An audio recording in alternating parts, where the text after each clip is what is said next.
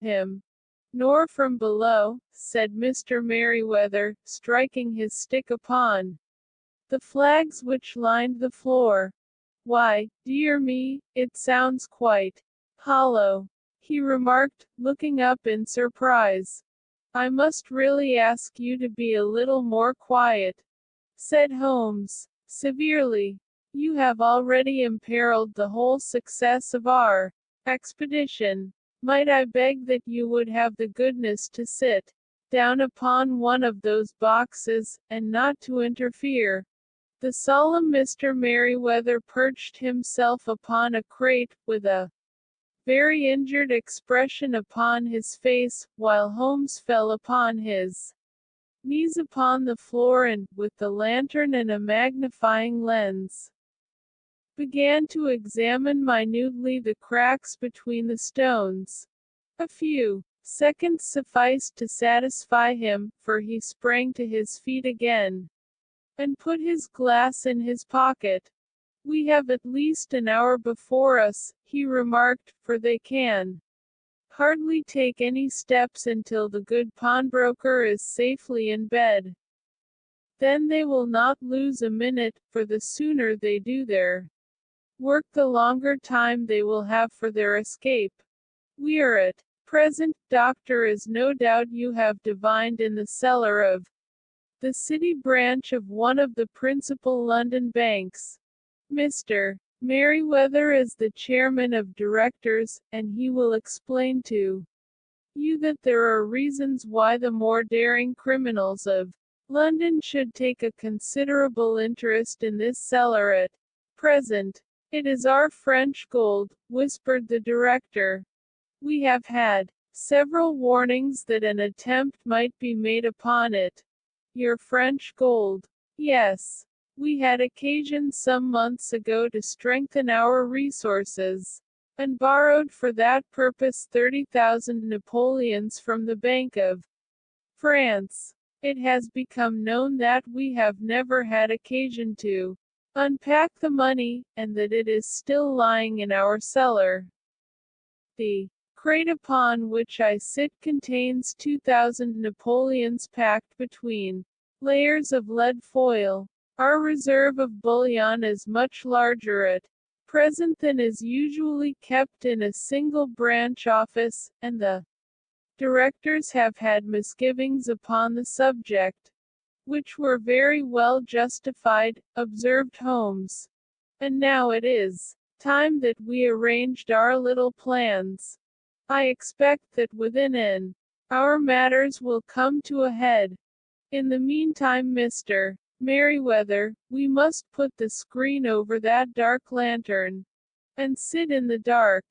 I am afraid so. I had brought a pack of cards in my pocket, and I thought that, as we were a party carré, you might have your rubber after all. But I see that the enemy's preparations have gone so far that we cannot risk the presence of a light. And, first of all, we must choose our positions. These are daring men, and though we shall take them at a disadvantage, they may do us some harm unless we are careful. I shall stand behind this crate, and do you conceal yourselves behind those. Then, when I flash a light upon them, close in swiftly. If they fire, Watson, have no compunction about shooting them down. I placed my revolver, cocked, upon the top of the wooden case, behind which I crouched. Holmes shot the slide across the front of his lantern and left us in pitch darkness, such an absolute darkness as I have never before experienced. The smell of hot metal remained to assure us that the light was still there, ready to flash out at a moment's notice. To me, with my nerves worked up to a pitch of expectancy, there was something depressing and subduing in the sudden gloom, and in the cold dank air of the vault. They have but one retreat, whispered Holmes. That is back, through the house into Saxe-Coburg Square. I hope that you have done what I asked you, Jones. I have an inspector and 2 officers waiting at the front door. Then we have stopped all the holes. And now we must be silent. And wait. What a time it seemed. From comparing notes afterwards it was but an hour and a quarter, yet it appeared to me that the night must have almost gone and the dawn be breaking above us. My limbs were weary and stiff, for I feared to change my position, yet my nerves were worked up to the highest pitch of tension, and my hearing was so acute that I could not only hear the gentle breathing of my companions, but I could distinguish the deeper, heavier in breath of the bulky Jones from the thin, sighing note of the bank director. From my position I could look over the case, in the direction of the floor. Suddenly my eyes caught the glint of a light. At first it was but a lurid spark upon the stone pavement. Then, it lengthened out until it became a yellow line, and then, without any warning or sound, a gash seemed to open and a hand appeared, a white, almost womanly hand, which felt about in the center of the little area of light. For a minute or more the hand, with its writhing fingers, protruded out of the floor. Then, it was withdrawn as suddenly as it appeared, and all was dark again save the single lurid spark which marked a chink between the stones. Its disappearance, however, was but momentary. With a rending, tearing sound, one of the broad, white stones turned over upon its side and left a square, gaping hole, through which streamed the light of a lantern. Over the edge there peeped a clean-cut, boyish face, which looked keenly about it, and then, with a hand on either side of the aperture, drew itself shoulder-high and waist-high, until one knee rested upon the edge. In another instant he stood at the side of the hole and was hauling after him a companion, lithe and small like himself, with a pale face and a shock of very red hair. "It's all clear," he whispered. "Have you the chisel and the bags? Great Scott! Jump, Archie, jump, and I'll swing for it." Sherlock Holmes had sprung out and seized the intruder by the collar. The other dived down the hole, and I heard the sound of rending cloth as Jones clutched at his skirts. The light flashed upon the barrel of a revolver, but Holmes' hunting crop came down on the man's wrist, and the pistol clinked upon the stone floor. "It's no use, John Clay," said Holmes blandly. "You have no chance at all." "So I see," the other answered with the utmost coolness. "I fancy that my pal is all right, though I see you have got his coat tails. There are 3 men waiting for him at the door," said Holmes. "Oh, indeed. You seem to have done the thing very completely. I must compliment you." "And I you," Holmes answered. "Your red-headed idea was very new and effective." "You'll see your pal again presently," said Jones. "He's quicker at climbing down holes than I am. Just hold out while I fix the derbies. I beg that you will not touch me with your filthy hands," remarked our prisoner as the handcuffs clattered upon his wrists. "You may not be aware that I have royal blood in my veins. Have the goodness, also, when you address me always to say, sir, and please." "All right," said Jones with a stare and a snigger. "Well, would you please, sir, march upstairs, where we can get a cab to carry your highness to the police station." "That is better," said John Clay serenely. He made a sweeping bow to the three of us and walked quietly off in the custody of the detective. Really, Mr. Holmes, said Mr. Merriweather as we followed them from the cellar, I do not know how the bank can thank you or repay you. There is no doubt that you have detected and defeated, in the most complete manner, one of the most determined attempts at bank robbery that have ever come within my experience.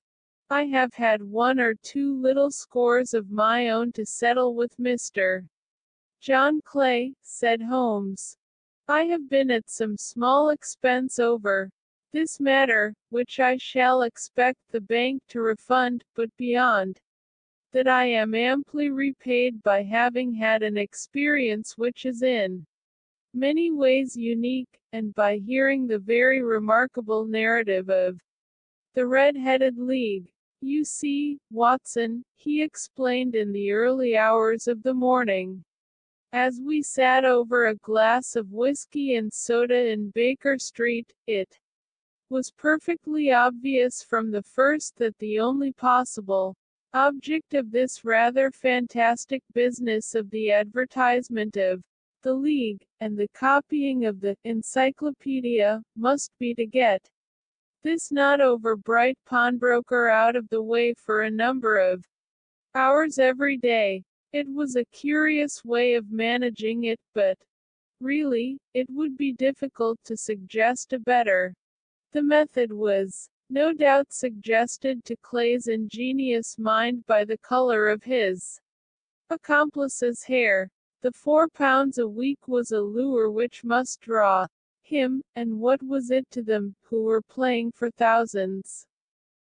They put in the advertisement, one rogue has the temporary office, the other rogue incites the man to apply for it, and together they managed to secure his absence every morning in the week. From the time that I heard of the assistant having come for half wages, it was obvious to me that he had some strong motive for securing the situation. But how could you guess what the motive was? Had there been women in the house, I should have suspected a mere vulgar intrigue. That, however, was out of the question. The man's business was a small one, and there was nothing in his house which could account for such elaborate preparations, and such an expenditure as they were at. It must, then, be something out of the house. What could it be? I thought of the assistant's fondness for photography, and his trick of vanishing into the cellar. The cellar. There was the end of this tangled clue. Then, I made inquiries as to this mysterious assistant and found that I had to deal with one of the coolest and most daring criminals in London. He was doing something in the cellar, something which took many hours a day for months on end. What could it be? Once more, I could think of nothing save that he was running a tunnel to some other building. So far I had got when we went to visit the scene of action. I surprised you by beating upon the pavement with my stick. I was ascertaining whether the cellar stretched out in front or behind. It was not in front. Then I rang the bell, and, as I hoped, the assistant answered it. We have had some skirmishes, but we had never set eyes upon each other before. I hardly looked at his face. His knees were what I wished to see. You must yourself have remarked how worn, wrinkled, and stained they were. They spoke of those hours of burrowing. The only remaining point was what they were burrowing for. I walked round the corner, saw the City and Suburban Bank abutted on our friend's premises, and felt that I had solved my problem. When you drove home after the concert, I called upon Scotland Yard and upon the chairman of the bank directors, with the result that you have seen. And how could you tell that they would make their attempt tonight? I asked. Well, when they closed their league offices, that was a sign that they cared no longer about Mr. Jabez Wilson's presence. In other words, that they had completed their tunnel. But it was essential that they should use it soon, as it might be discovered, or the bullion might be removed. Saturday would suit them better than any other day, as it would give them 2 days for their escape. For all these reasons I expected them to come tonight. You reasoned it out beautifully, I exclaimed in unfeigned admiration. It is so long a chain, and yet every link rings. True. It saved me from ennui, he answered, yawning. Alas! I already feel it closing in upon me.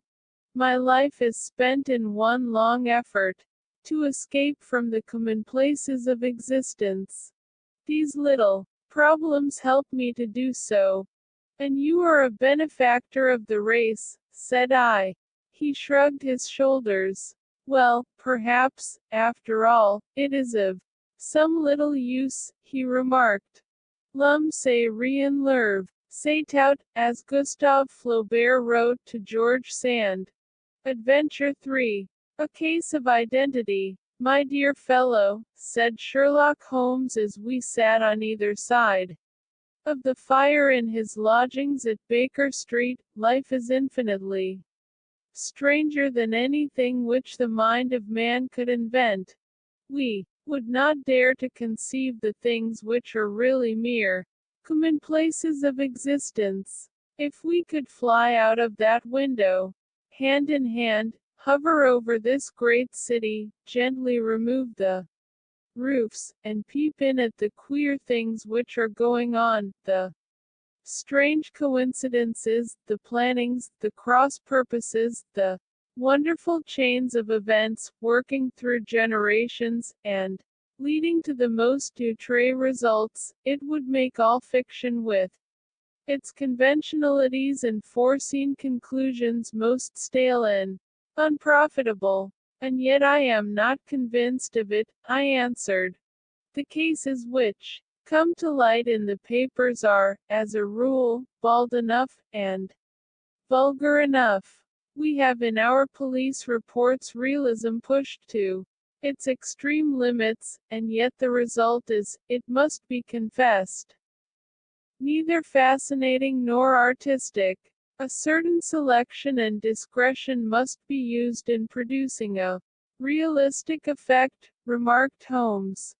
This is wanting in the police report, where more stress is laid, perhaps, upon the platitudes of the magistrate than upon the details, which to an observer contain the vital essence of the whole matter. Depend upon it, there is nothing so unnatural as the commonplace. I smiled and shook my head. I can quite understand your thinking. So, I said, of course, in your position of unofficial advisor and helper to everybody who is absolutely puzzled, throughout 3 continents, you are brought in contact with all that is strange and bizarre. But here, I picked up the morning paper from the ground, let us put it to a practical test. Here is the first heading upon which I come. A husband's cruelty to his wife. There is half a column of print, but I know without reading it that it is all perfectly familiar to me. There is, of course, the other woman, the drink, the push, the blow, the bruise, the sympathetic sister or landlady. The crudest of writers could invent nothing more crude. Indeed, your example is an unfortunate one for your argument, said Holmes, taking the paper and glancing his eye down it. This is the Dundas separation case, and, as it happens, I was engaged in clearing up some small points in connection with it. The husband was a teetotaler, there was no other woman, and the conduct complained of was that he had drifted into the habit of winding up every meal by taking out his false teeth and hurling them at his wife, which, you will allow, is not an action likely to occur to the imagination of the average storyteller. Take a pinch of snuff, doctor, and acknowledge that I have scored over you in your example. He held out his snuff box of old gold, with a great amethyst in the center of the lid.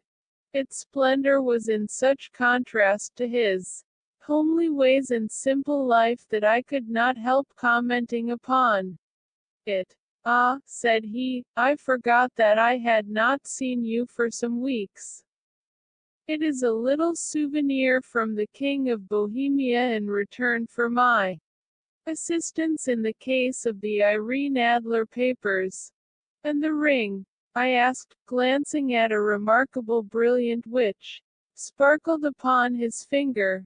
It was from the reigning family of Holland, though the matter in which I served them was of such delicacy that I cannot confide it even to you, who have been good enough to chronicle one or two of my little problems. And have you any on hand just now?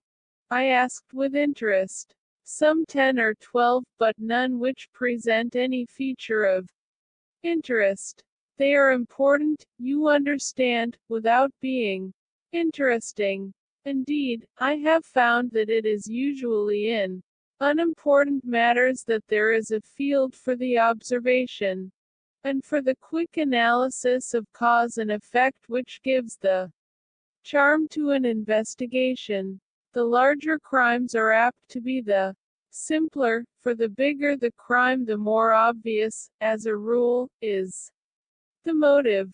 In these cases, save for one rather intricate matter, which has been referred to me from Marseille, there is nothing which presents any features of interest. It is possible, however, that I may have something better before very many minutes are over, for this is one of my clients, or I am much mistaken. He had risen from his chair and was standing between the parted blinds gazing down into the dull neutral-tinted London street. Looking over his shoulder, I saw that on the pavement opposite there stood a large woman with a heavy fur boa round her neck, and a large curling red feather in a broad-brimmed hat which was tilted in a coquettish Duchess of Devonshire fashion over her ear. From under this great panoply she peeped up in a nervous, hesitating fashion at our windows, while her body oscillated backward and forward, and her fingers fidgeted with her glove buttons. Suddenly, with a plunge, as of the swimmer who leaves the bank, she hurried across the road, and we heard the sharp clang of the bell. I have seen those symptoms before, said Holmes, throwing his cigarette into the fire. Oscillation upon the pavement always means an affaire d'occur. She would like advice, but is not sure that the matter is not too delicate for communication. And yet, even here we may discriminate. When a woman has been seriously wronged by a man, she no longer oscillates, and the usual symptom is a broken bell wire. Here we may take it that there is a love matter, but that the maiden is not so much angry as perplexed, or grieved. But here she comes in person to resolve our doubts. As he spoke there was a tap at the door, and the boy in buttons entered to announce Miss Mary Sutherland, while the lady herself loomed behind his small black figure like a full-sailed merchantman behind a tiny pilot boat. Sherlock Holmes welcomed her with the easy courtesy for which he was remarkable, and, having closed the door and bowed her into an armchair, he looked her over in the minute and yet abstracted fashion which was peculiar to him. Do you not find, he said, that with your short sight it is a little trying to do so much typewriting? I did at first, she answered, but now I know where the letters are without looking. Then, suddenly realizing the full purport of his words, she gave a violent start and looked up, with fear and astonishment upon her broad, good-humored face. You've heard about me, Mr. Holmes, she cried, else how could you know all that? Never mind, said Holmes, laughing, it is my business to know things. Perhaps I have trained myself to see what others overlook. If not, why should you come to consult me?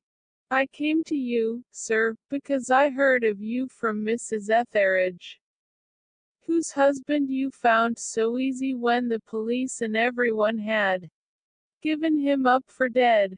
Oh, Mr. Holmes, I wish you would do as much for me. I'm not rich, but still I have 100 a year in my own right, besides the little that I make by the machine, and I would give it all to know what has become of Mr. Hosmer Angel. Why did you come away to consult me in such a hurry? Asked Sherlock Holmes, with his finger-tips together and his eyes to the ceiling. Again a startled look came over the somewhat vacuous face of Miss Mary Sutherland. Yes, I did bang out of the house, she said, for it made me angry to see the easy way in which Mr. Windibank, that is, my father took it all. He would not go to the police, and he would not go to you, and so at last, as he would do nothing and kept on saying that there was no harm done, it made me mad, and I just on with my things and came right away to you. Your father, said Holmes, your stepfather, surely, since the name is different. Yes, my stepfather. I call him father, though it sounds funny, too, for he is only 5 years and 2 months older than myself. And your mother is alive. Oh, yes, mother is alive and well. I wasn't best pleased, Mr. Holmes, when she married again so soon after father's death, and a man who was nearly 15 years younger than herself. Father was a plumber in the Tottenham Court Road, and he left a tidy business behind him, which mother carried on with Mr. Hardy, the foreman, but when Mr. Windibank came he made her sell the business, for he was very superior, being a traveller in wines. They got £4,700 for the goodwill and interest, which wasn't near as much as father could have got if he had been alive. I had expected to see Sherlock Holmes impatient under this rambling and inconsequential narrative, but, on the contrary, he had listened with the greatest concentration of attention. Your own little income, he asked, does it come out of the business? Oh, no, sir. It is quite separate and was left me by my uncle, Ned in Auckland.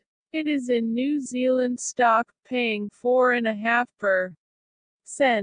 £2,500 was the amount, but I can only touch the interest. You interest me extremely, said Holmes.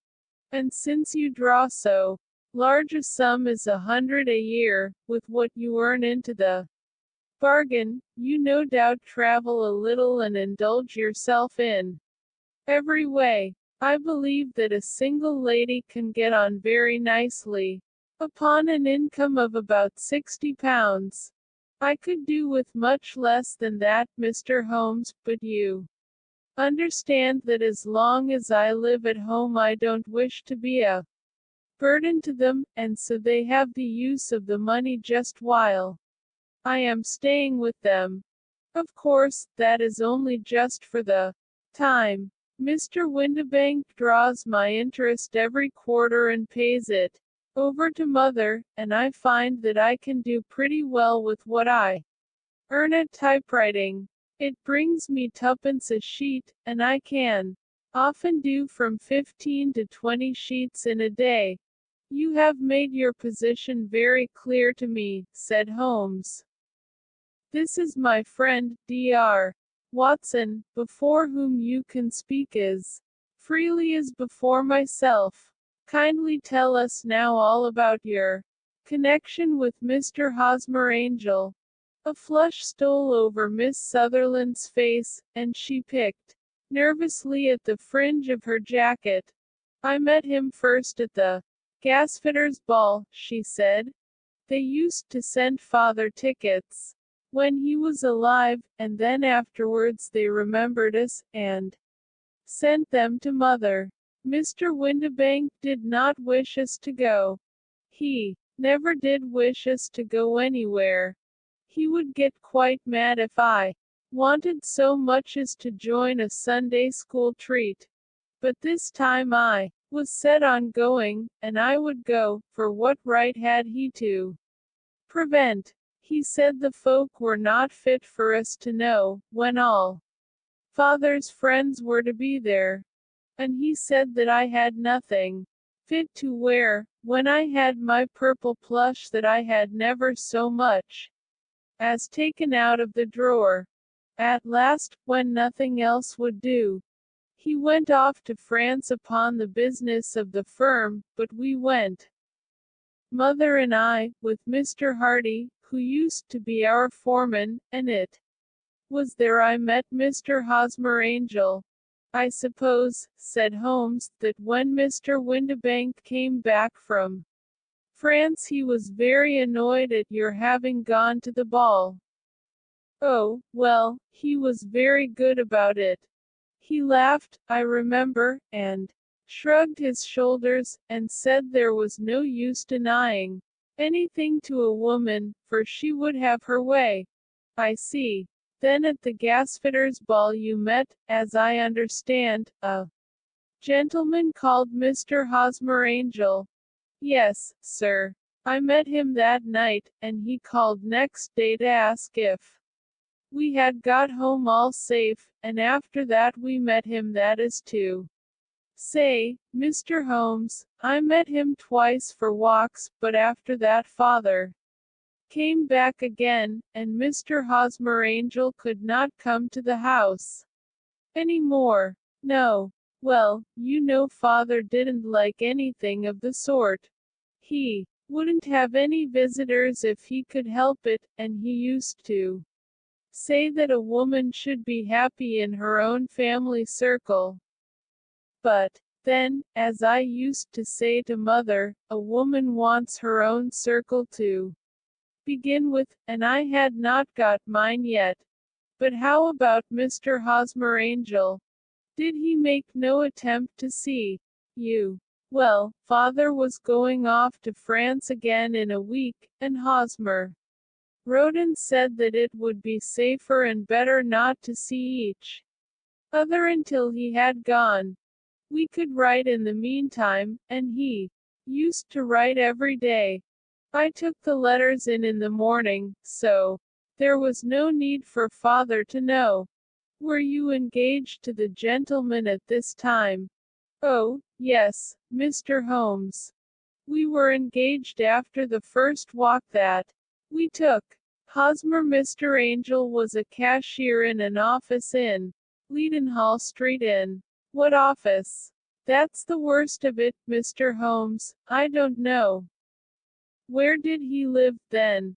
He slept on the premises. And you don't know his address? No, except that it was Leadenhall Street. Where did you address your letters, then? To the Leadenhall Street Post Office, to be left till called for.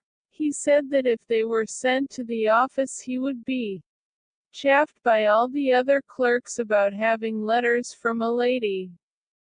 So I offered to typewrite them, like he did his, but he wouldn't have that, for he said that when I wrote them they seemed to come from me, but when they were typewritten he always felt that the machine had come between us.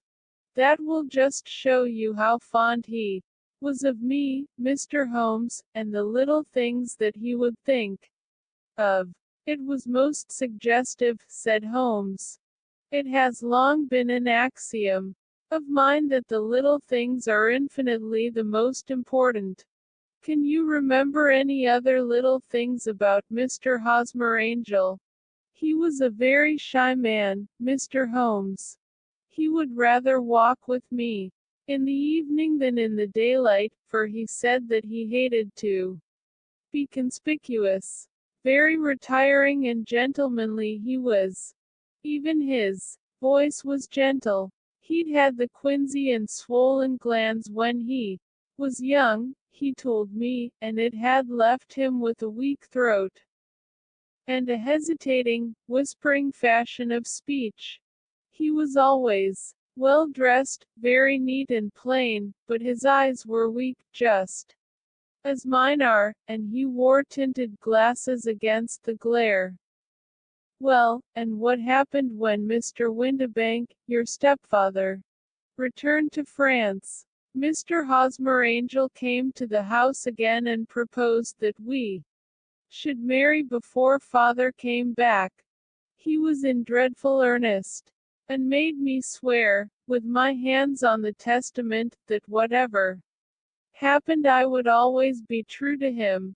Mother said he was quite right to make me swear, and that it was a sign of his passion. Mother was all in his favor from the first and was even fonder of him than I was. Then, when they talked of marrying within the week, I began to ask about father, but they both said never to mind about father, but just to tell him afterwards, and mother said she would make it all right with him. I didn't quite like that, Mr. Holmes. It seemed funny that I should ask his leave, as he was only a few years older than me, but I didn't want to do anything on the sly, so I wrote to father at Bordeaux, where the company has its French offices, but the letter came back to me on the very morning of the wedding. It missed him, then. Yes, sir, for he had started to England just before it arrived. Ha! That was unfortunate. Your wedding was arranged, then, for the Friday. Was it to be in church? Yes, sir, but very quietly. It was to be at St. Saviour's, near King's Cross, and we were to have breakfast afterwards at the St. Pancras Hotel. Hosmer came for us in a hansom, but as there were two of us he put us both into it and stepped himself into a four-wheeler, which happened to be the only other cab in the street. We got to the church first, and when the four-wheeler drove up we waited for him to step out, but he never did, and when the cabman got down from the box and looked, there was no one there. The cabman said that he could not imagine what had become of him, for he had seen him get in with his own eyes. That was last Friday, Mr. Holmes, and I have never seen or heard anything since then to throw any light upon what became of him. It seems to me that you have been very shamefully treated, said Holmes. Oh, no, sir. He was too good and kind to leave me so.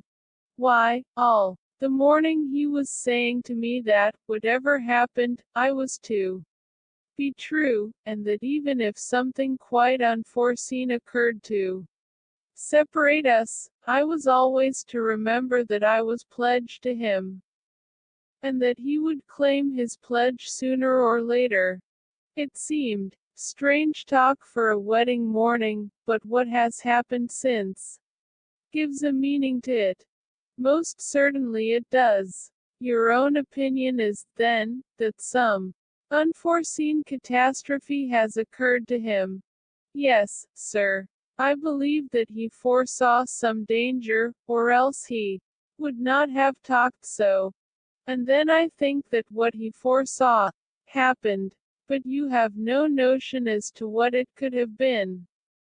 None. One more question. How did your mother take the matter?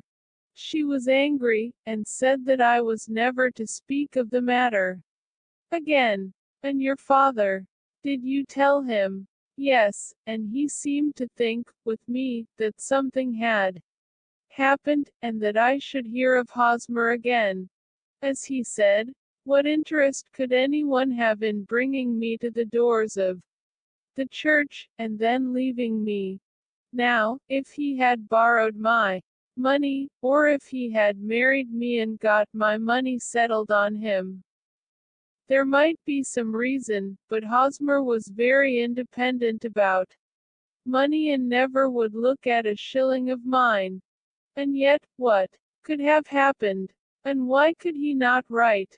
Oh, it drives me half mad to think of it, and I can't sleep a wink at night.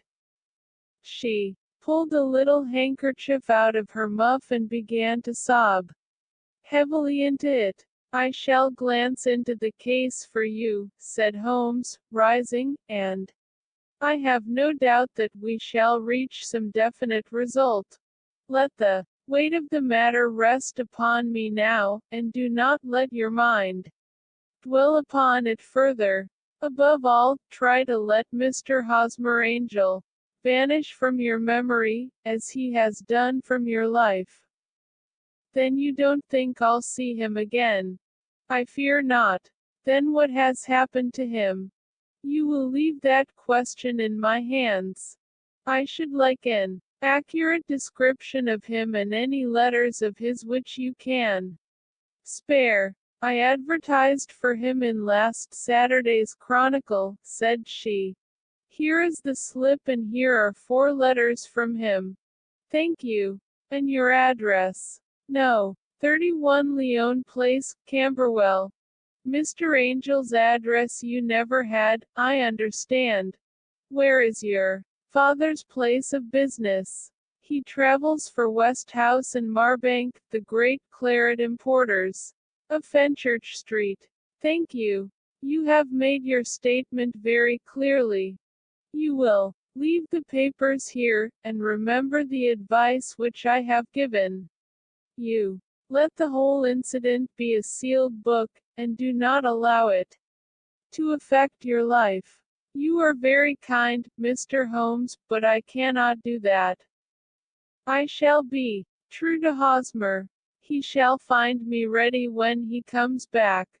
For all the preposterous hat and the vacuous face, there was something noble in the simple faith of our visitor which compelled our respect. She laid her little bundle of papers upon the table and went her way, with a promise to come again whenever she might be summoned. Sherlock Holmes sat silent for a few minutes with his fingertips still pressed together, his legs stretched out in front of him, and his gaze directed upward to the ceiling.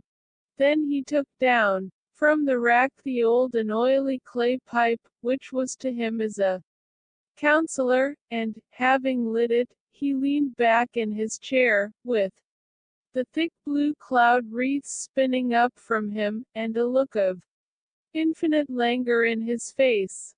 Quite an interesting study, that maiden, he observed. I found her more interesting than her little problem, which, by the way, is rather a trite one. You will find parallel cases, if you consult my index, in Andover in '77, and there was something of the sort at The Hague last year. Old as is the idea, however, there were 1 or 2 details which were new to me. But the maiden herself was most instructive. You appeared to read a good deal upon her which was quite invisible to me, I remarked. Not invisible but unnoticed, Watson. You did not know where to Look, and so you missed all that was important. I can never bring you to realize the importance of sleeves, the suggestiveness of thumbnails, or the great issues that may hang from a bootlace. Now, what did you gather from that woman's appearance? Describe it. Well, she had a slate-colored, broad-brimmed straw hat, with a feather of a brickish red.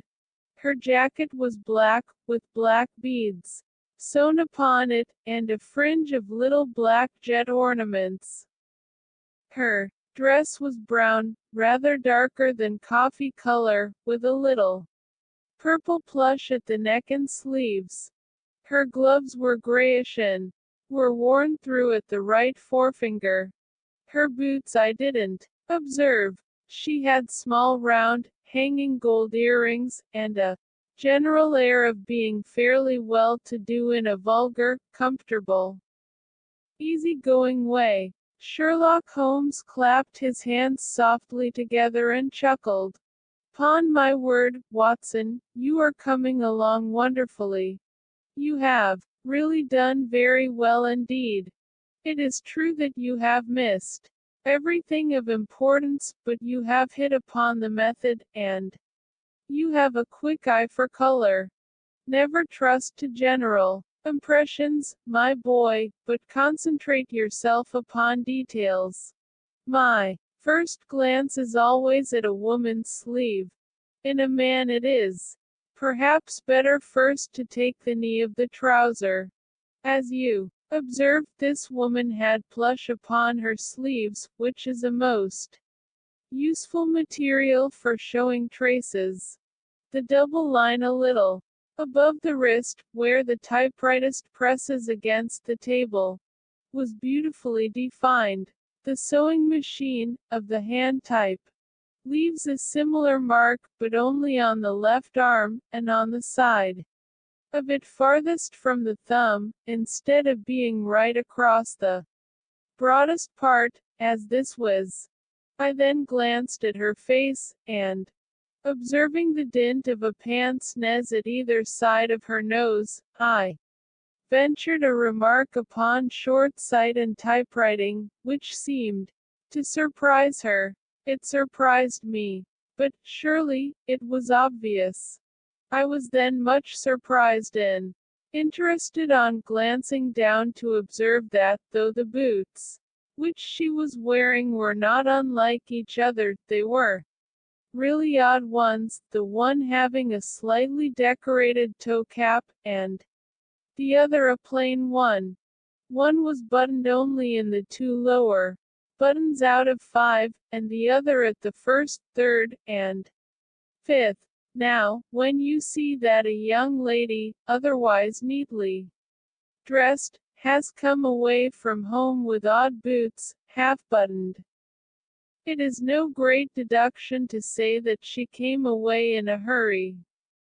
And what else? I asked, keenly interested, as I always was, by my friend's incisive reasoning. I noted, in passing, that she had written a note before leaving home, but after being fully dressed. You observed that her right glove was torn at the forefinger, but you did not apparently see that both glove and finger were stained with violet ink. She had written in a hurry and dipped her pen too deep. It must have been this morning, or the mark would not remain clear upon the finger.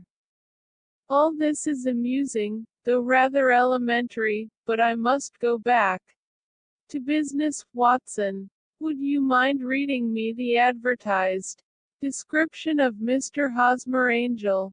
I held the little printed slip to the light. Missing, it said, on the morning of the 14th, a gentleman named Hosmer Angel, about 5 ft, 7 in height, strongly built, sallow complexion, black hair, a little bald in the center, bushy, black side whiskers and mustache, tinted glasses, slight infirmity of speech. Was dressed, when last seen, in black frock coat faced with silk, black waistcoat, gold Albert chain, and gray Harris tweed trousers, with brown gaiters over elastic-sided boots, known to have been employed in an office in Leadenhall Street. Anybody bringing? That will do, said Holmes. As to the letters, he continued, glancing over them, they are very commonplace. Absolutely no clue in them to Mr. Angel, save that he quotes Balzac once. There is one remarkable point, however, which will no doubt strike you. They are typewritten, I remarked. Not only that, but the signature is typewritten. Look at the neat little Hosmer Angel at the bottom. There is a date, you see, but no superscription except Leadenhall Street, which is rather vague. The point about the signature is very suggestive, in fact, we may call it conclusive. Of what? My dear fellow, is it possible you do not see how strongly it bears upon the case? I cannot say that I do, unless it were that he wished to be able to deny his signature if an action for breach of promise were instituted. No, that was not the point. However, I shall write 2 letters, which should settle the matter.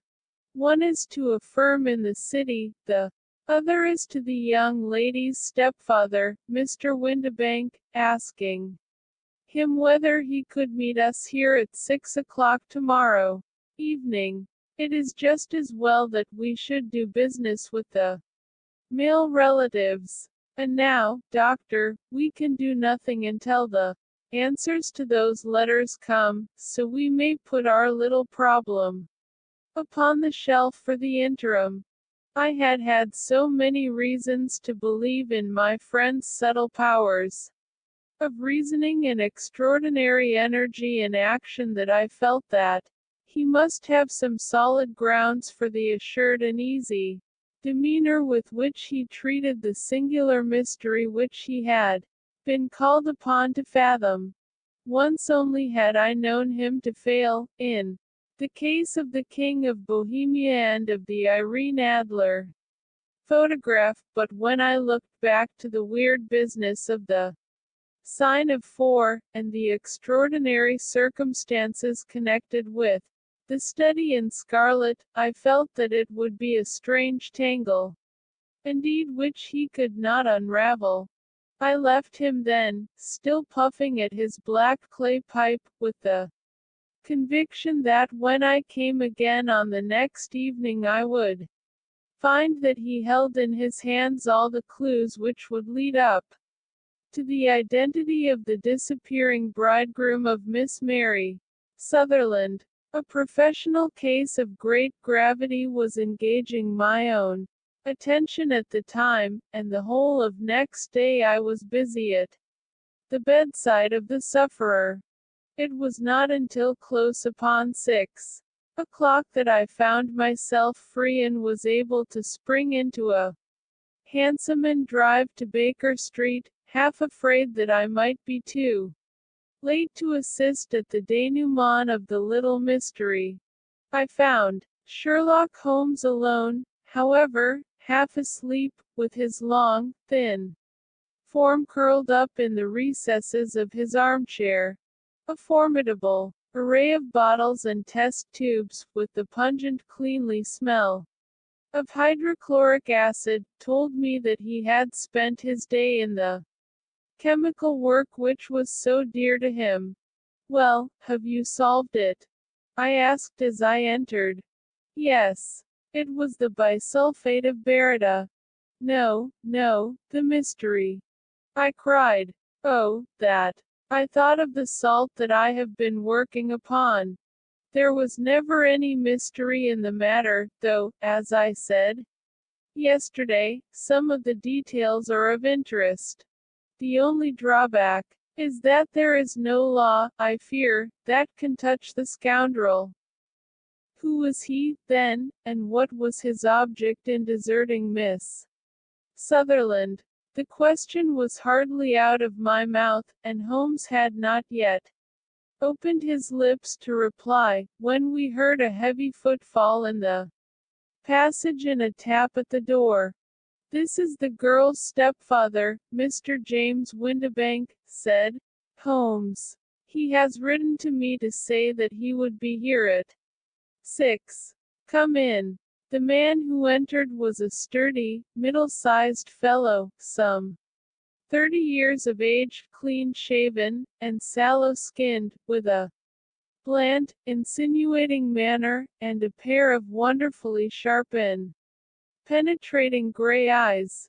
He shot a questioning glance at each of us, placed his shiny top hat upon the sideboard, and with a slight bow sidled down into the nearest chair.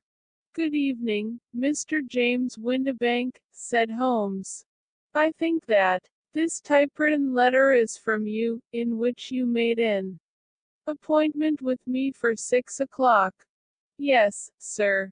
I am afraid that I am a little late, but I am not quite my own master, you know. I am sorry that Miss Sutherland has troubled you about this little matter, for I think it is far better not to wash linen of the sort in public. It was quite against my wishes that she came, but she is a very excitable, impulsive girl, as you may have noticed, and she is not easily controlled when she has made up her mind on a point. Of course, I did not mind you so much, as you are not connected with the official police, but it is not pleasant to have a family misfortune like this noised abroad. Besides, it is a useless expense, for how could you possibly find this Hosmer Angel? On the contrary, said Holmes quietly, I have every reason to believe that I will succeed in discovering Mr. Hosmer Angel. Mr. Windibank gave a violent start and dropped his gloves. I am delighted to hear it, he said. It is a curious thing, remarked Holmes, that a typewriter has really quite as much individuality as a man's handwriting. Unless they are quite new, no two of them write exactly alike. Some letters get more worn than others, and some wear only on one side. Now, you remark in this note of yours, Mr. Windibank, that in every case there is some little slurring over of the E, and a slight defect in the tail of the R. There are 14 other characteristics, but those are the more obvious. We do all our correspondence with this machine at the office, and no doubt it is a little worn, our visitor answered, glancing keenly at Holmes with his bright little eyes. And now I will show you what is really a very interesting study. Mr. Windibank, Holmes continued, I think of writing another little monograph some of these days on the typewriter and its relation to crime. It is a subject to which I have devoted some little attention. I have here 4 letters which purport to come from the missing man. They are all typewritten. In each case, not only are the E's slurred and the R's tailless, but you will observe, if you care to use my magnifying lens, that the 14 other characteristics to which I have alluded are there as well. Mr. Windibank sprang out of his chair and picked up his hat. I cannot waste time over this sort of fantastic talk, Mr. Holmes, he said. If you can catch the man, catch him, and let me know when you have done it. Certainly, said Holmes, stepping over and turning the key in the door. I let you know, then, that I have caught him. What? Where? Shouted Mr. Windibank, turning white to his lips, and glancing about him like a rat in a trap. Oh, it won't do, really it won't, said Holmes suavely. There is no possible getting out of it, Mr. Windibank. It is quite too transparent, and it was a very bad compliment when you said that. It was impossible for me to solve so simple a question. That's right. Sit down and let us talk it over. Our visitor collapsed into a chair, with a ghastly face and a glitter of moisture on his brow. It's not actionable, he stammered. I am very much afraid that it is not. But between ourselves, Windibank, it was as cruel and selfish and heartless a trick in a petty way as ever came before me. Now, let me just run over the course of events, and you will contradict me if I go wrong. The man sat huddled up in his chair, with his head sunk upon his breast, like one who is utterly crushed. Holmes stuck his feet up on the corner of the mantelpiece and, leaning back with his hands in his pockets, began talking, rather to himself, as it seemed, than to us. The man married a woman very much older than himself for her money, said he, and he enjoyed the use of the money of the daughter as long as she lived with them. It was a considerable sum for people in their position, and the loss of it would have made a serious difference. It was worth an effort to preserve it. The daughter was of a good, amiable disposition, but affectionate and warm-hearted in her ways, so that it was evident that with her fair personal advantages, and her little income, she would not be allowed to remain single long. Now her marriage would mean, of course, the loss of 100 a year, so what does her stepfather do to prevent it? He takes the obvious course of keeping her at home and forbidding her to seek the company of people of her own age. But soon he found that that would not answer forever. She became restive, insisted upon her rights, and finally announced her positive intention of going to a certain ball. What does her clever stepfather do then?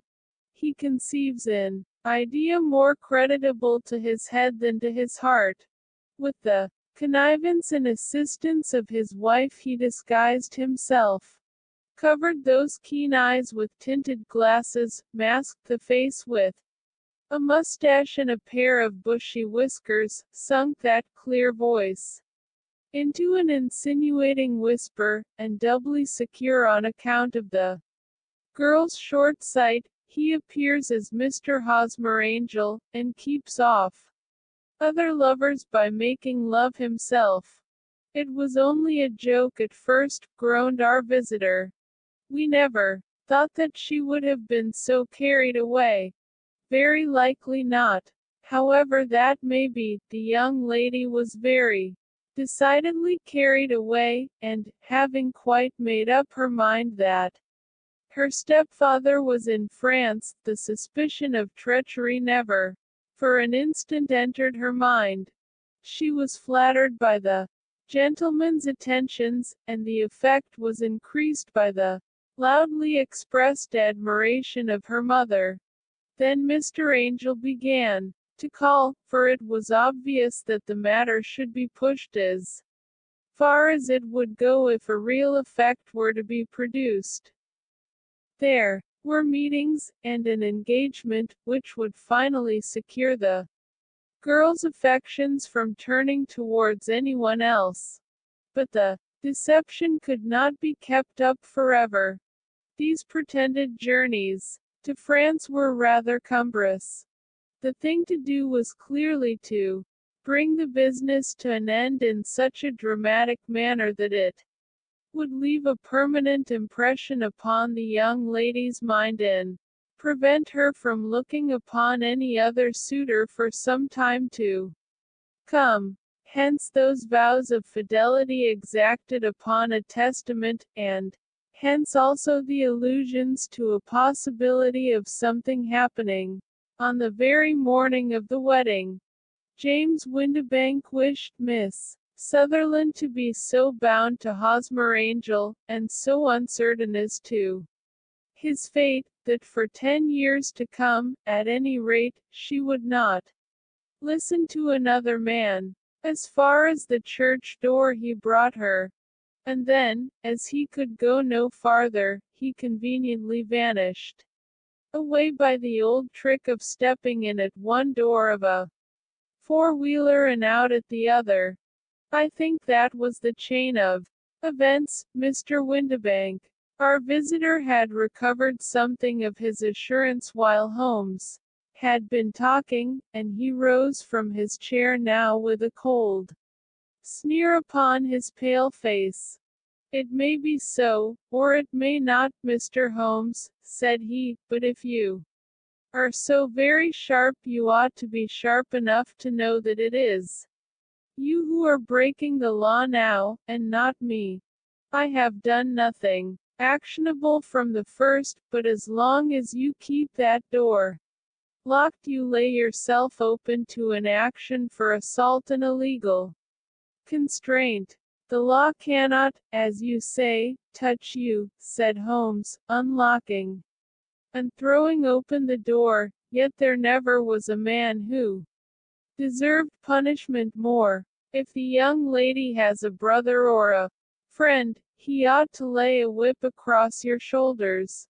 By Jove," he continued, flushing up at the sight of the bitter sneer upon the man's face, "it is not part of my duties to my client, but here's a hunting crop handy, and I think I shall just treat myself to." He took 2 swift steps to the whip, but before he could grasp it there was a wild clatter of steps upon the stairs.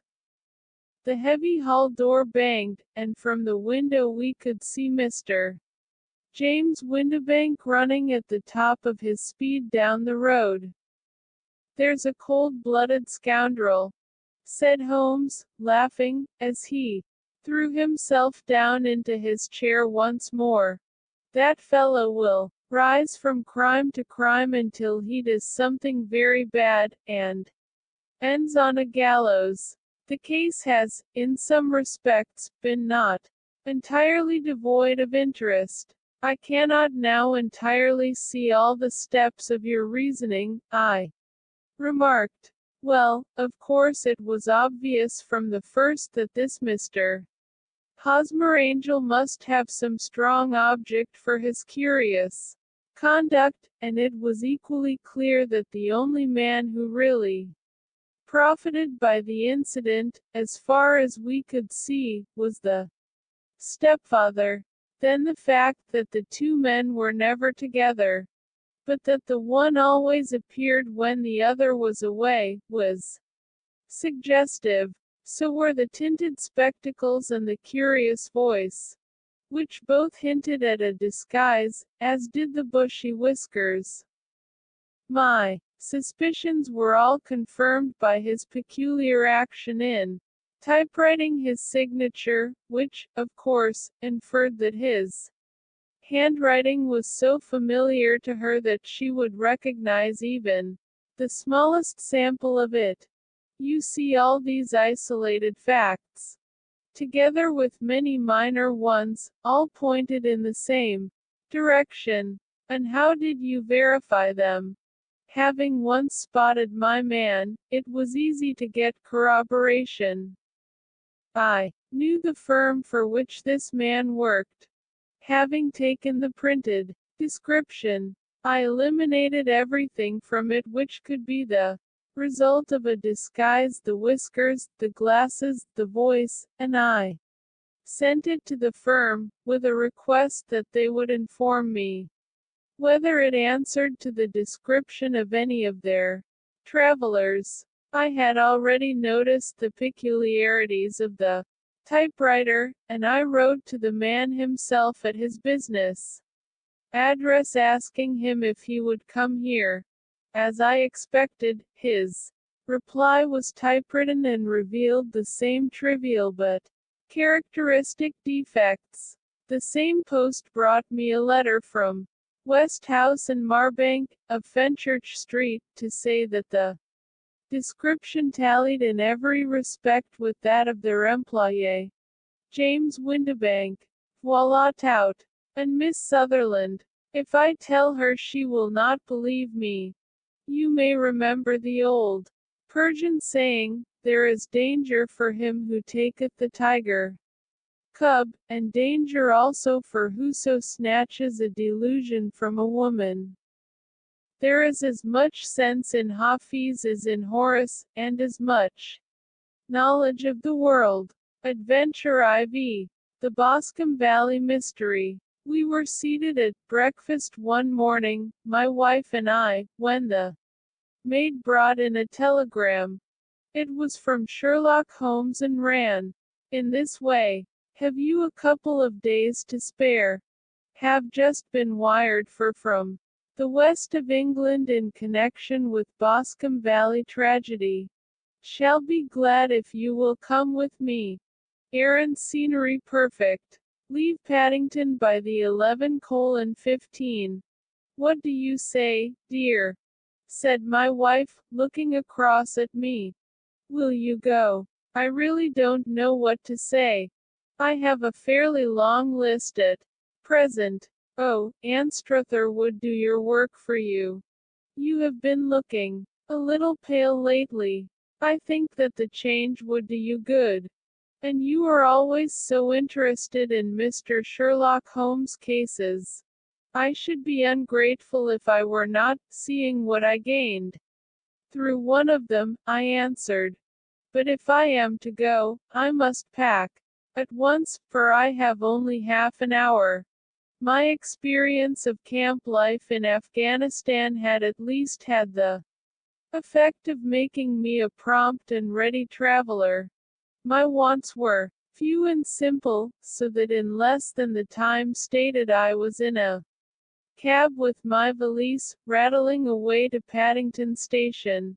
Sherlock Holmes was pacing up and down the platform, his tall, gaunt figure made even gaunter and taller by his long gray traveling cloak and close-fitting cloth cap. It is really very good of you to come, Watson, said he. It makes a considerable difference to me, having someone with me on whom I can thoroughly rely. Local aid is always either worthless or else biased. If you will keep the two corner seats I shall get the tickets. We had the carriage to ourselves save for an immense litter of papers which Holmes had brought with him. Among these he rummaged and read, with intervals of note-taking and of meditation, until we were past Reading. Then he suddenly rolled them all into a gigantic ball and tossed them up onto the rack. Have you heard anything of the case? He asked. Not a word. I have not seen a paper for some days. The London press has not had very full accounts. I have just been looking through all the recent papers in order to master the particulars. It seems, from what I gather, to be one of those simple cases which are so extremely difficult. That sounds a little paradoxical, but it is profoundly true. Singularity is almost invariably a clue. The more featureless and commonplace a crime is, the more difficult it is to bring it home. In this case, however, they have established a very serious case against the son of the murdered man. It is a murder, then. Well, it is conjectured to be so. I shall take nothing for granted until I have the opportunity of looking personally into it. I will explain the state of things to you, as far as I have been able to understand it, in a very few words. Boscombe Valley is a country district not very far from Ross, in Herefordshire. the largest landed proprietor in that part is a Mr. John Turner, who made his money in Australia and returned some years ago to the old country. One of the farms which he held, that of Hatherley, was let to Mr. Charles McCarthy, who was also an ex-Australian. The men had known each other in the colonies, so that it was not unnatural that when they came to settle down they should do so as near each other as possible. Turner was apparently the richer man, so McCarthy became his tenant, but still remained, it seems, upon terms of perfect equality, as they were frequently together. McCarthy had one son, a lad of 18, and Turner had an only daughter of the same age, but neither of them had wives living. They appear to have avoided the society of the neighboring English families and to have led retired lives, though both the McCarthys were fond of sport and were frequently seen at the race meetings of the neighborhood.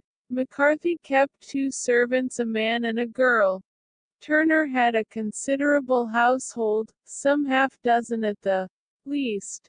That is as much as I have been able to gather about the families. Now for the facts.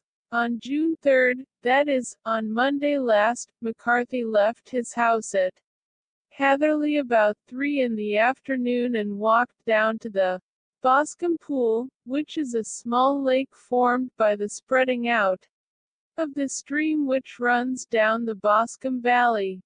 He had been out with his serving man in the morning at Ross, and he had told the man that he must hurry, as he had an appointment of importance to keep at 3. From that appointment he never came back alive. From Hatherley farmhouse to the Boscombe Pool is a quarter of a mile, and 2 people saw him as he passed over this ground. One was an old woman, whose name is not mentioned, and the other was William Crowder, a gamekeeper in the employ of Mr. Turner. Both these witnesses depose that Mr. McCarthy was walking alone. The gamekeeper adds that within a few minutes of his seeing Mr. McCarthy pass he had seen his son, Mr. James McCarthy, going the same way with a gun under his arm.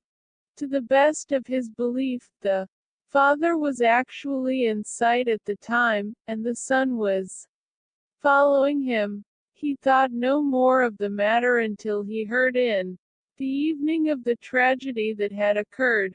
The 2 McCarthys were seen after the time when William Crowder, the gamekeeper, lost sight of them. The Boscombe Pool is thickly wooded round, with just a fringe of grass and of reeds round the edge. A girl of 14, Patience Moran, who is the daughter of the lodge keeper of the Boscombe Valley estate, was in one of the woods picking flowers. She states that while she was there she saw, at the border of the wood and close by the lake, Mr. McCarthy and his son, and that they appeared to be having a violent quarrel. She heard Mr. McCarthy the elder using very strong language to his son, and she saw the latter raise up his hand as if to strike his father. She was so frightened by their violence that she ran away and told her mother when she reached home that she had left the 2 McCarthys quarreling near Boscombe Pool, and that she was afraid that they were going to fight. She had hardly said the words when young Mr. McCarthy came running up to the lodge to say that he had found his father dead in the wood, and to ask for the help of the lodge keeper. He was much excited, without either his gun or his hat, and his right hand and sleeve were observed to be stained with fresh blood. On following him they found the dead body stretched out upon the grass beside the pool. The head had been beaten in by repeated blows of some heavy and blunt weapon. The injuries were such as might very well have been inflicted by the butt end of his son's gun, which was found lying on the grass within a few paces of the body. Under these circumstances, the young man was instantly arrested, and a verdict of willful murder having been returned at the inquest on Tuesday, he was on Wednesday brought before the magistrates at Ross, who have referred the case to the next assizes. Those are the main facts of the case as they came out before the coroner and the police court. I could hardly imagine a more damning case, I remarked. If ever circumstantial evidence pointed to a criminal, it does so here. Circumstantial evidence is a very tricky thing, answered Holmes thoughtfully. It may seem to point very straight to one thing, but if you shift your own point of view a little, you may find it pointing in an equally uncompromising manner to something entirely different. It must be confessed, however, that the case looks exceedingly grave against the young man, and it is very possible that he is indeed the culprit. There are several people in the neighborhood, however, and among them Miss Turner, the daughter of the neighboring landowner, who believe in his innocence, and who have retained Lestrade, whom you may recollect, in connection with the study in scarlet, to work out the case in his interest. Lestrade, being rather puzzled, has referred the case to me, and hence it is that two middle-aged gentlemen are flying westward at 50 miles an hour instead of quietly digesting their breakfasts at home. I am afraid, said I, that the facts are so obvious that you will find little credit to be gained out of this case. There is nothing more deceptive than an obvious fact, he answered, laughing. Besides, we may chance to hit upon some other obvious facts which may have been by no means obvious to Mr. Lestrade. You know me too well to think that I am boasting when I say that I shall either confirm or destroy his theory by means which he is quite incapable of employing, or even of understanding. To take the first example to hand, I very clearly perceive that in your bedroom the window is upon the right-hand side, and yet I question whether Mr. Lestrade would have noted even so self-evident a thing as that. How on earth? My dear fellow, I know you well. I know the military neatness which characterizes you. You shave every morning, and in this season you shave by the sunlight, but since your shaving is less and less complete as we get farther back in the left side, until it becomes positively slovenly as we get round the angle of the jaw, it is surely very clear that that side is less illuminated than the other. I could not imagine a man of your habits looking at himself in an equal light and being satisfied with such a result. I only quote this as a trivial example of observation and inference. Therein lies my métier, and it is just possible that it may be of some service in the investigation which lies before us. There are one or two minor points which were brought out in the inquest, and which are worth considering. What are they? It appears that his arrest did not take place at once, but after the return to Hatherley Farm. On the inspector of constabulary informing him that he was a prisoner, he remarked that he was not surprised to hear it, and that it was no more than his deserts. This observation of his had the natural effect of removing any traces of doubt which might have remained in the minds of the coroner's jury. It was a confession, I ejaculated. No, for it was followed by a protestation of innocence. Coming on the top of such a damning series of events, it was at least a most suspicious remark. On the contrary, said Holmes, it is the brightest rift which I can at present see in the clouds. However innocent he might be, he could not be such an absolute imbecile as not to see that the circumstances were very black against him. Had he appeared surprised at his own arrest, or feigned indignation at it, I should have looked upon it as highly suspicious, because such surprise or anger would not be natural under the circumstances, and yet might appear to be the best policy to a scheming man.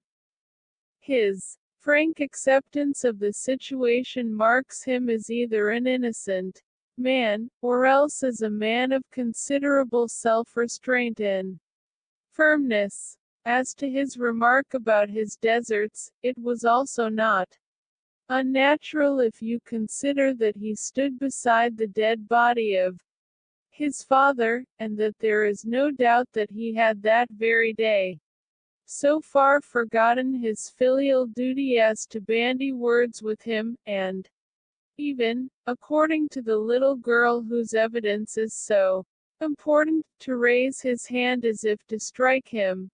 The self-reproach and contrition which are displayed in his remark appear to me to be the signs of a healthy mind rather than of a guilty one. I shook my head. Many men have been hanged on far slighter evidence, I remarked. So they have.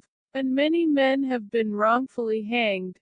What is the young man's own account of the matter? It is, I am afraid, not very encouraging to his supporters. Though there are one or two points in it which are suggestive. You will find it here, and may read it for yourself. He picked out from his bundle a copy of the local Herefordshire paper, and having turned down the sheet he pointed out the paragraph in which the unfortunate young man had given his own statement of what had occurred. I settled myself down in the corner of the carriage and read it very carefully. It ran in this way. Mr. James McCarthy, the only son of the deceased, was then called, and gave evidence as follows. I had been away from home for 3 days at Bristol, and had only just returned upon the morning of last Monday, the 3rd. My father was absent from home at the time of my arrival, and I was informed by the maid that he had driven over to Ross with John Cobb, the groom. Shortly after my return I heard the wheels of his trap in the yard, and, looking out of my window, I saw him get out and walk rapidly out of the yard, though I was not aware in which direction he was going.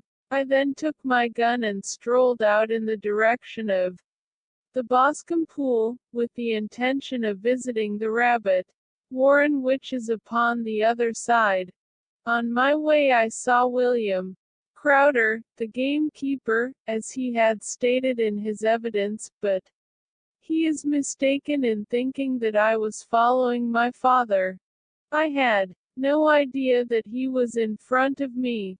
When about 100 yards from the pool I heard a cry of cooey, which was a usual signal between my father and myself. I then hurried forward, and found him standing by the pool. He appeared to be much surprised at seeing me and asked me rather roughly what I was doing there. A conversation ensued which led to high words and almost to blows. For my father was a man of a very violent temper.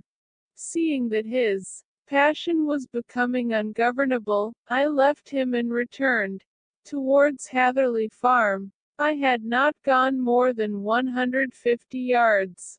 However, when I heard a hideous outcry behind me, which caused me to run back again, I found my father expiring upon the ground, with his head terribly injured.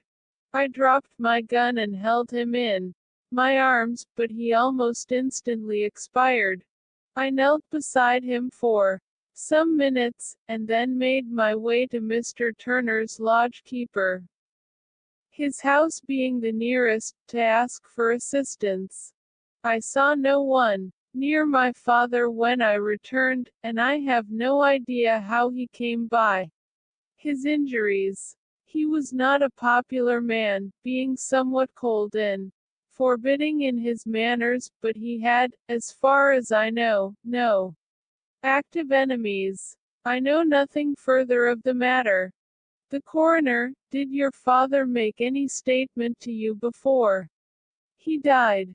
Witness, he mumbled a few words, but I could only catch some allusion to a rat. The coroner, what did you understand by that? Witness, it conveyed no meaning to me. I thought that he was delirious.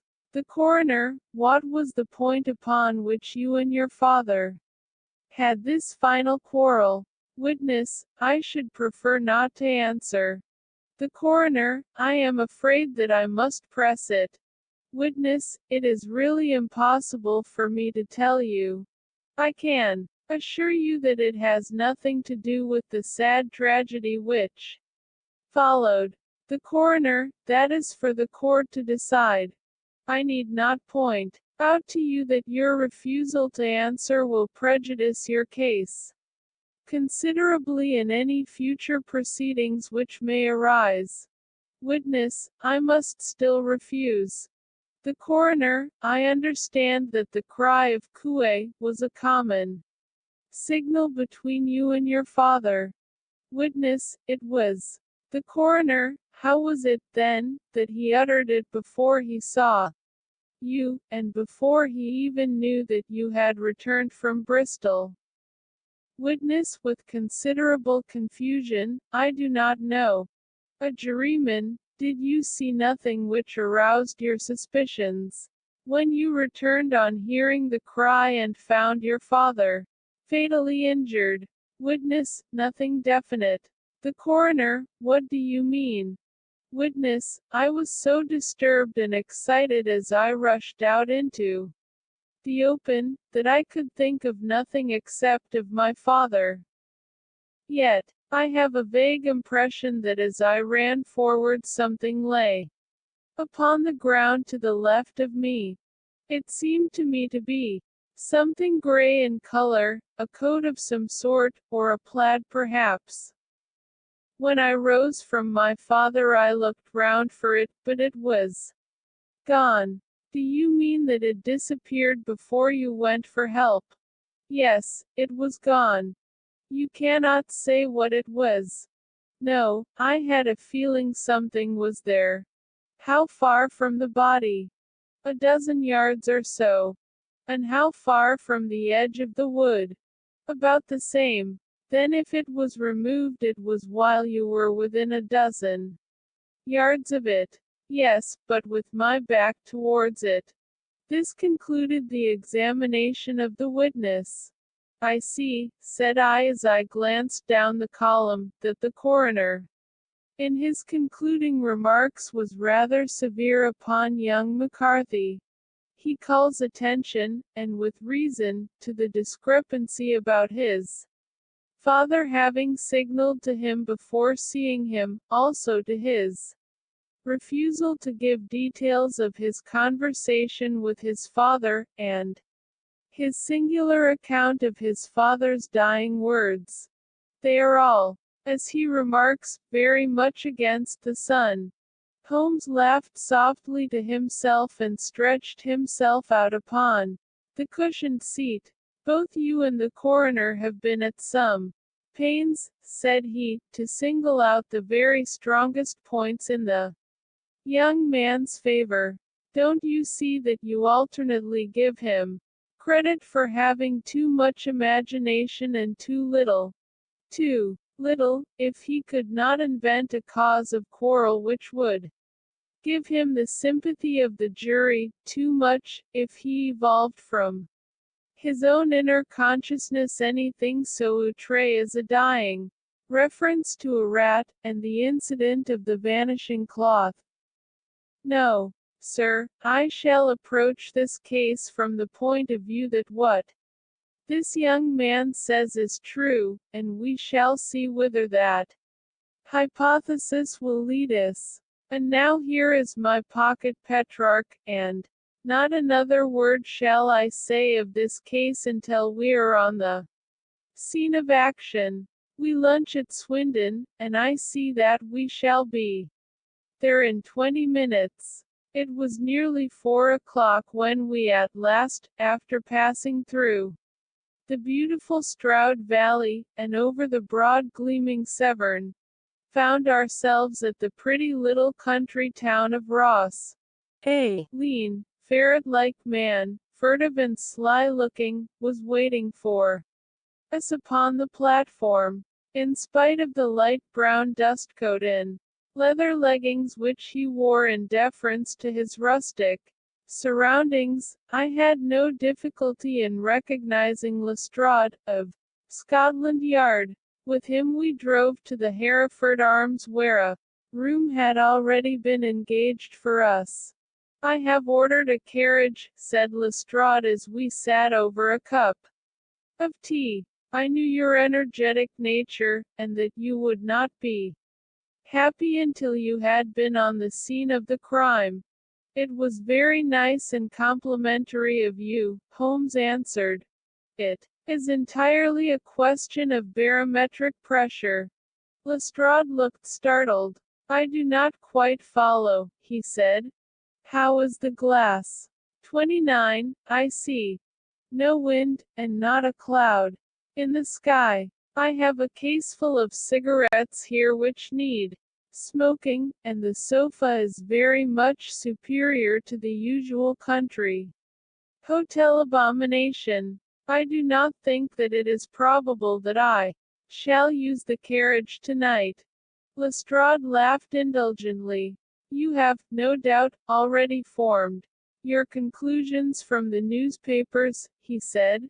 The case is as plain as a pikestaff, and the more one goes into it the plainer it becomes. Still, of course, one can't refuse a lady, and such a very positive one, too. She has heard of you, and would have your opinion, though I repeatedly told her that there was nothing which you could do which I had not already done. Why, bless my soul, here is her carriage at the door. He had hardly spoken before there rushed into the room one of the most lovely young women that I have ever seen in my life. Her violet eyes shining, her lips parted, a pink flush upon her cheeks, all thought of her natural reserve lost in her overpowering excitement and concern. Oh, Mr. Sherlock Holmes, she cried, glancing from one to the other of us, and finally, with a woman's quick intuition, fastening upon my companion, I am so glad that you have come. I have driven down to tell you so. I know that James didn't do it. I know it, and I want you to start upon your work knowing it. 2.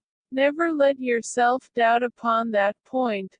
We have known each other since we were little children, and I know his faults as no one else does, but he is too tender-hearted to hurt a fly. Such a charge is absurd to anyone who really knows him. I hope we may clear him, Miss Turner, said Sherlock Holmes. You may rely upon my doing all that I can. But you have read the evidence. You have formed some conclusion. Do you not see some loophole, some flaw? Do you not yourself think that he is innocent? I think that it is very probable There, now, she cried, throwing back her head and looking defiantly at Lestrade. You hear? He gives me hopes. Lestrade shrugged his shoulders. I am afraid that my colleague has been a little quick in forming his conclusions, he said. But he is right. Oh, I know that he is right. James never did it. And about his quarrel with his father, I am sure that the reason why he would not speak about it to the coroner was because I was concerned in it. In what way? Asked Holmes. It is no time for me to hide anything. James and his father had many disagreements about me. Mr. McCarthy was very anxious that there should be a marriage between us. James and First have always loved each other as brother and sister, but of course he is young and has seen very little of life yet, and he naturally did not wish to do anything like that yet. So there were quarrels, and this, I am sure, was one of them. And your father? Asked Holmes. Was he in favor of such a union? No, he was averse to it also. No one but Mr. McCarthy was in favor of it. A quick blush passed over her fresh young faces. Holmes shot one of his keen, questioning glances at her. Thank you for this information, said he. May I see your father? If I call tomorrow. I am afraid the doctor won't allow it. The doctor? Yes, have you not heard? Poor father has never been strong for years back, but this has broken him down completely. He has taken to his bed, and Dr. Willows says that he is a wreck and that his nervous system is shattered. Mr. McCarthy was the only man alive who had known Dad in the old days in Victoria. Ha! In Victoria. That is important. Yes, at the mines. Quite so, at the gold mines, where, as I understand, Mr. Turner made his money. Yes, certainly. Thank you, Miss Turner. You have been of material assistance to me. You will tell me if you have any news tomorrow. No doubt you will go to the prison to see James. Oh, if you do, Mr. Holmes, do tell him that I know him to be innocent. I will, Miss Turner. I must go home now, for Dad is very ill, and he misses me so if I leave him. Goodbye, and God help you in your undertaking. She hurried from the room as impulsively as she had entered, and we heard the wheels of her carriage rattle off down the street. I am ashamed of you, Holmes, said Lestrade with dignity after a few minutes' silence. Why should you raise up hopes which you are bound to disappoint? I am not over-tender of heart, but I call it cruel. I think that I see my way to clearing James McCarthy, said Holmes. Have you an order to see him in prison? Yes, but only for you and me. Then I shall reconsider my resolution about going out. We have still time to take a train to Hereford and see him tonight. Ample. Then let us do so. Watson, I fear that you will find it very slow, but I shall only be away a couple of hours. I walked down to the station with them, and then wandered through the streets of the little town, finally returning to the hotel, where I lay upon the sofa and tried to interest myself in a yellow-backed novel. The puny plot of the story was so thin, however, when compared to the deep mystery through which we were groping, and I found my attention wander so continually from the action to the fact, that I at last flung it across the room and gave myself up entirely to a consideration of the events of the day. Supposing that this unhappy young man's story were absolutely true, then what hellish thing, what absolutely unforeseen and extraordinary calamity could have occurred between the time when he parted from his father, and the moment when, drawn back by his screams, he rushed into the glade. It was something terrible and deadly. What could it be? Might not the nature of the injuries reveal something to my medical instincts? I rang the bell and called for the weekly county paper, which contained a verbatim account of the inquest. In the surgeon's deposition it was stated that the posterior third of the left parietal bone and the left half of the occipital bone had been shattered by a heavy blow from a blunt weapon. I marked the spot upon my own head. Clearly such a blow must have been struck from behind. That was to some extent in favor of the accused, as when seen quarreling he was face to face with his father. Still, it did not go for very much, for the older man might have turned his back before the blow fell. Still, it might be worthwhile to call Holmes' attention to it. Then there was the peculiar dying reference to a rat. What could that mean? It could not be delirium. A man dying from a sudden blow does not commonly become delirious. No, it was more likely to be an attempt to explain how he met his fate. But what could it indicate? I cudgeled my brains to find some possible explanation. And then the incident of the gray cloth seen by young McCarthy. If that were true, the murderer must have dropped some part of his dress, presumably his overcoat, in his flight, and must have had the hardihood to return and to carry it away at the instant when the sun was kneeling with his back turned not a dozen paces off.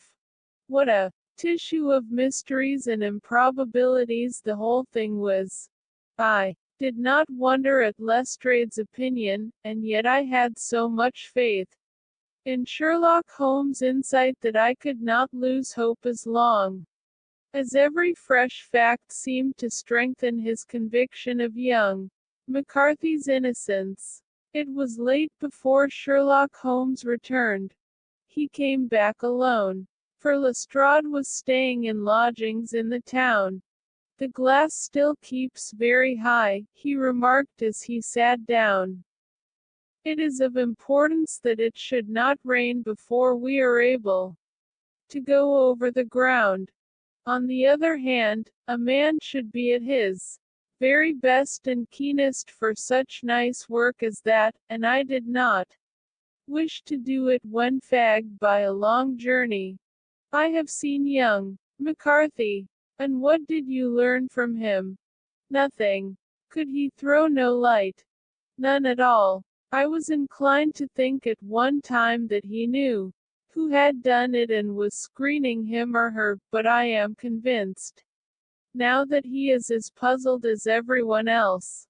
He is not a very quick-witted youth, though comely to look at and, I should think, sound at heart. I cannot admire his taste," I remarked, "if it is indeed a fact that he was averse to a marriage with so charming a young lady as this Miss Turner.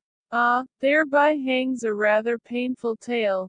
This fellow is madly, insanely, in love with her, but some 2 years ago, when he was only a lad, and before he really knew her, for she had been away 5 years at a boarding school, what does the idiot do but get into the clutches of a barmaid in Bristol and marry her at a registry office? No one knows a word of the matter, but you can imagine how maddening it must be to him to be upbraided for not doing what he would give his very eyes to do, but what he knows to be absolutely impossible.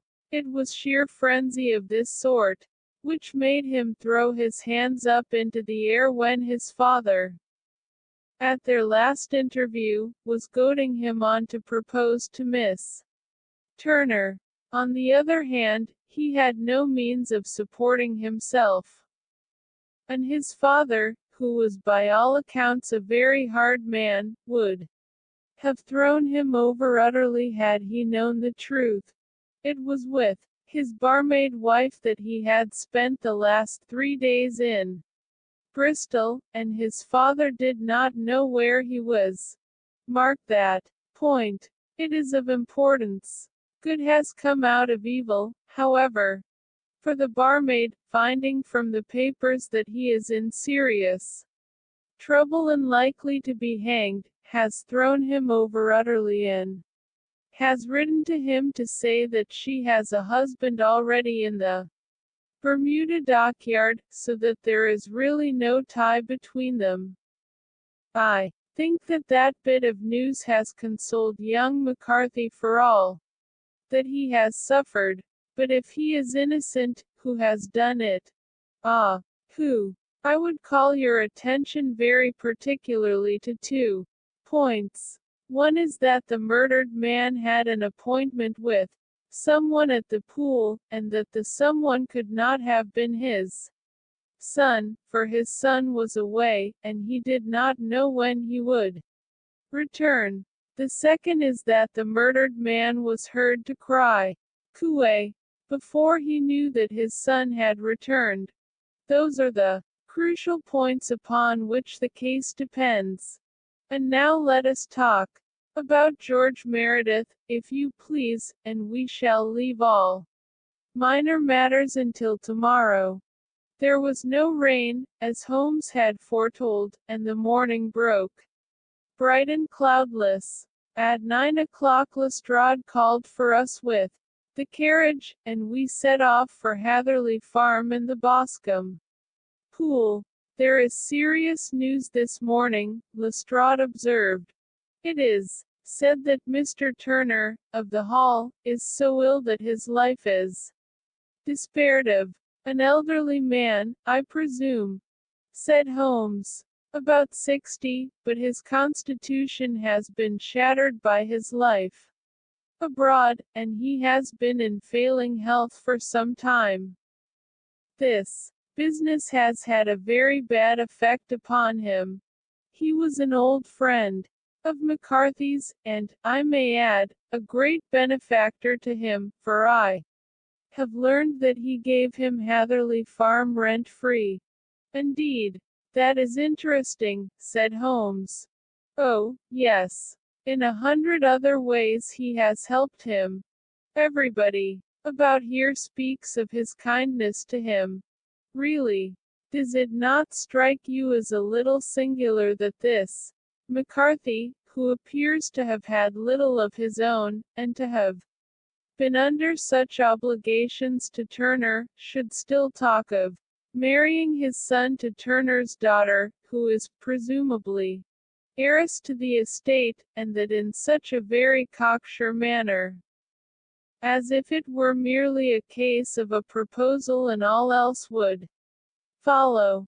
It is the more strange, since we know that Turner himself was averse to the idea. The daughter told us as much. Do you not deduce something from that? We have got to the deductions and the inferences, said Lestrade, winking at me. I find it hard enough to tackle facts, Holmes, without flying away after theories and fancies.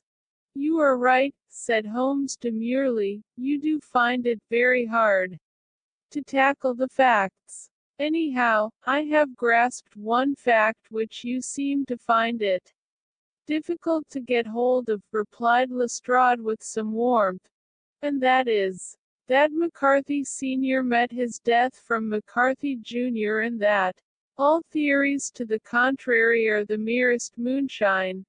Well, moonshine is a brighter thing than fog, said Holmes, laughing. But I am very much mistaken if this is not Hatherley Farm upon the left. Yes, that is it. It was a widespread, comfortable-looking building, two-storied, slate-roofed, with great yellow blotches of lichen upon the gray walls. The drawn blinds and the smokeless chimneys, however, gave it a stricken look, as though the weight of this horror still lay heavy upon it. We called at the door, when the maid, at Holmes' request, showed us the boots which her master wore at the time of his death, and also a pair of the son's, though not the pair which he had then had. Having measured these very carefully from 7 or 8 different points, Holmes desired to be led to the courtyard, from which we all followed the winding track which led to Boscombe Pool. Sherlock Holmes was transformed when he was hot upon such a scent as this. Men who had only known the quiet thinker and logician of Baker Street would have failed to recognize him. His face flushed and darkened. His brows were drawn into 2 hard black lines, while his eyes shone out from beneath them with a steely glitter.